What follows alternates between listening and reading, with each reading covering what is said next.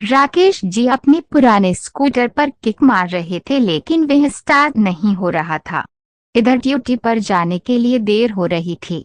तभी सामने से कार तेजी से आकर उनके पास रुकी। पापा कब तक इस खटारा स्कूटर को चलाते रहोगे? चलो मेरे साथ, मैं आपको ऑफिस छोड़ देता हूँ। बेटे की बात सुनकर राकेश जी ने अनसुना कर दिया और स्कूटर में किक मारते रहे। उनका बेटा आशीष बड़बड़ाता हुआ चला गया।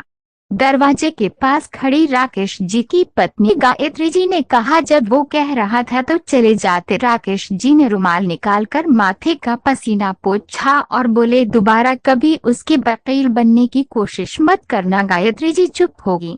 राकेश जी का स्कूटर स्टार्ट हो गया। उन्होंने एक बार गायत्री जी की ओर देखा और ऑफिस के लिए निकल पड़े। अभी 2 साल पहले ही आशीष की शादी की थी। शादी के बाद से ही आशीष और उसकी पत्नी शैलजा का व्यवहार बदल गया। दोनों अलग हो गए। वो तो अच्छा हुआ राकेश जी ने बेटे की बात मानकर जॉब नहीं छोड़ी, वरना आज भूखे मरते। इधर शाम को जब आशीष घर पहुंचा तो शैलजा गुस्से से बोली, हो गई तसल्ली बेइज्जती कराकर? गली में सब देख रहे थे और तुम्हारे पापा जैसे उन्होंने तो सोच ही रखा है तुम्हारी बेइज्जती करने का। आशीष को भी गुस्सा आ रहा था। वो बोला, तुम ठीक कह रही हो, मैं कल ही मकान ढूंढता हूँ। अब हम यहाँ नहीं रहेंगे। 2 दिन बाद ही वो अपने नए घर में शिफ्ट हो गए। गायत्री जी रो रही थी। अलग था तो क्या हुआ, कम से कम सामने तो था। उन्होंने राकेश जी की ओर देखते हुए कहा। राकेश जी कुछ नहीं बोले।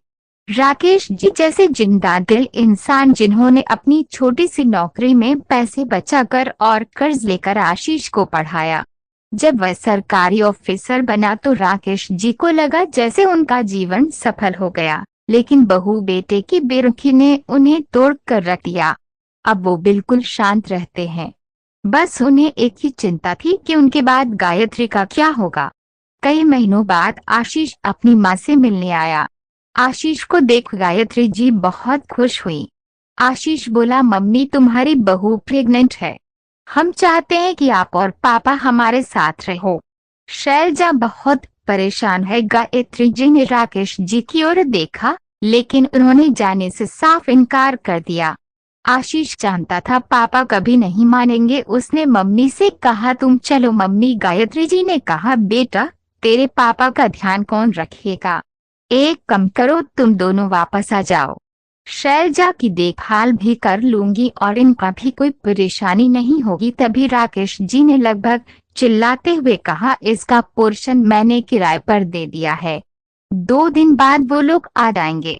इसके लिए अब यहाँ कोई जगह नहीं है। पापा की बात सुनकर आशीष निराश होकर चल गया।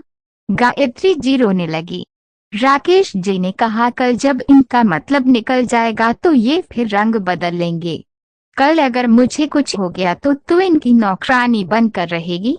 इससे अच्छा है अपने सम्मान के साथ उनसे अलग रहें। ऊपर किरदार देने तो घर की देखभाल भी होगी और पैसा भी आएगा। कल मैं नहीं रहा तो भी तू सम्मान से अपने घर में रहेगी। गायत्री जी की आंखों से आंसू बहा रहे थे।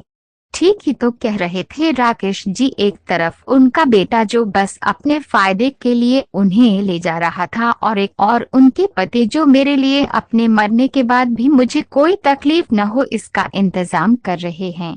उन्होंने आंसू पोंछकर कहा, अब ठीक कह रहे हैं। जो अपना होता तो हमें छोड़कर कभी नहीं जाता। आज से नई जिंदगी की शुरुआत करते हैं जहां बस हम दोनों एक दूसरे का साथ निभाएंगे। ये सुनकर राकेश जी के चेहरे पर कई साल बाद आज मुस्कुराहट